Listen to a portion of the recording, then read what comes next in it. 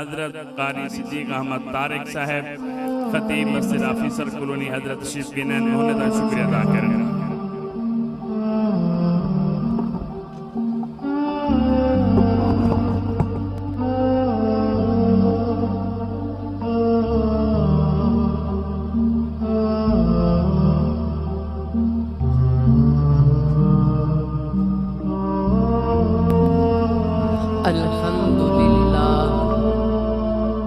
الحمد لله رب العالمين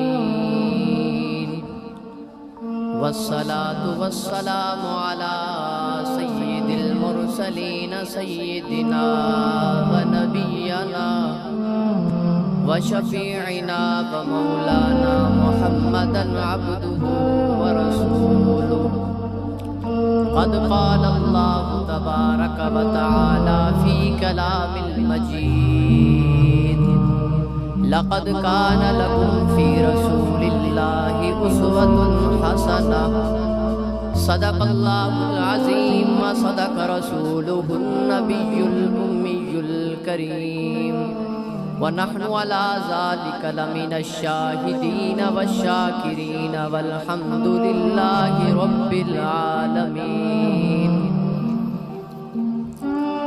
سبز گنبد جو دیکھو گے زمانہ بھول جاؤ گے، سبز گنبد جو دیکھو گے زمانہ بھول جاؤ گے، مگر جب طیبہ جاؤ گے تو آنا بھول جاؤ گے۔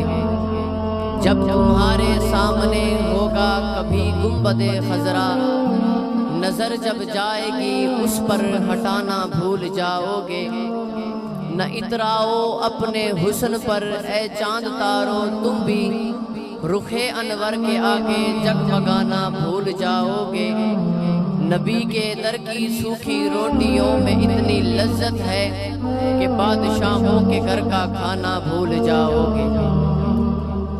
میرے واجب الاحترام قابل صد احترام عزیز مکرم محترم علماء کرام اور نوجوان ساتھیوں، میں آپ حضرات سے سامنے مختصر سی گفتگو کر کے اجازت چاہوں گا۔ ہر شخص کی زندگی میں 3 دور آتے ہیں، بچپن، جوانی، بڑھاپا، لیکن میری بات پر توجہ کرنا، ادیبوں اور خطیبوں کا یہ اصول ہوتا ہے جب وہ کسی کی بات کی ابتدا کا آغاز کرتے ہیں تو بچپن سے ابتدا کا آغاز کرتے ہیں اور بڑھاپے پر اختتام کرتے ہیں۔ لیکن قربان جاؤں محمد مصطفیٰ احمد مجتبیٰ صلی اللہ علیہ وآلہ وسلم کی ذات اقدس پر ان کی ابتدا کا آغاز بھی عجیب ہے، اختتام بھی عجیب ہے۔ ابتدا کا آغاز عالم ارواح سے شروع ہوتا ہے، اختتام عالم حشر و نشر پر ہوتا ہے۔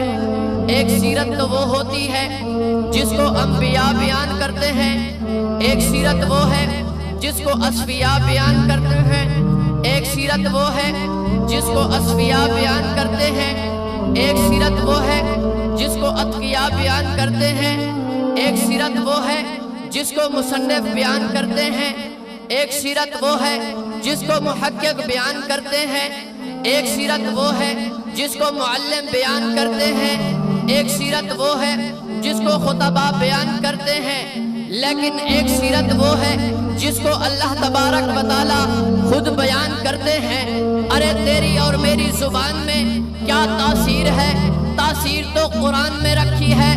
ادھر آجا، قرآن پڑھتے ہیں، قرآن کھولتے ہیں، قرآن دیکھتے ہیں، قرآن سمجھتے ہیں، قرآن سمجھاتے ہیں۔ قرآن کیا کہتا ہے؟ جب حضور کے روح انور کا ذکر آیا تو قرآن نے قد نرا تقلبا وجہی کا کہا۔ جب حضور کے رخسار اقدس کا تذکرہ آیا تو قرآن نے والضحیٰ کہا۔ جب حضور کی زلفوں کا تذکرہ آیا تو قرآن نے واللیل کہا۔ جب حضور کی پیشانی کا تذکرہ آیا تو قرآن نے عبس وتولی کہا۔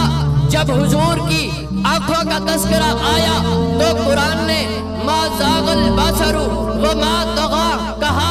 جب حضور کی زبان اطہر کا تذکرہ آیا تو قرآن نے لا تحرک بہی لسانک کہا، جب حضور کے سینہ اطہر کا تذکرہ آیا تو قرآن نے الم نشرح لک صدرک کہا، جب حضور کی عبادت کا تذکرہ آیا تو قرآن نے یا ایھا المزمل قم اللیل الا قلیلا کہا، جب حضور کی دعوت تبلیغ کا تذکرہ آیا تو قرآن نے یا ایھا المدثر قم فانذر کہا، جب حضور کے دندان کا تذکرہ آیا تو قرآن نے یاسین کہا، جب حضور کے گفتار کا تذکرہ آیا تو قرآن نے وما ینطق عن الہوی کہا، جب حضور کے یار کا تذکرہ آیا تو قرآن نے ثانی اثنین اذ ہما فی الغار کہا، جب حضور کے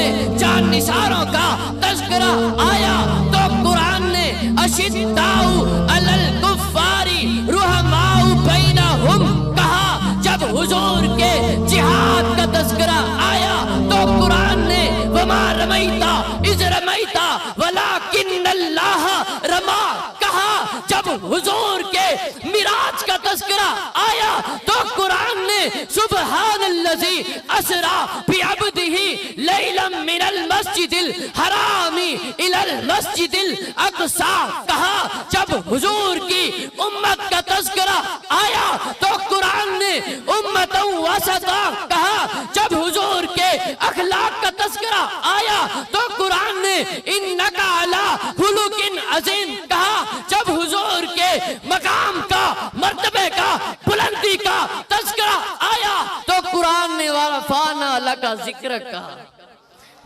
جس کے جی میں آئے پالے اس سے روشنی، ہم نے تو دل جلا کے سر عام رکھ دیا وما علینا الا۔ ماشاءاللہ یہ تھے مولانا عبدالاحد قاسمی صاحب۔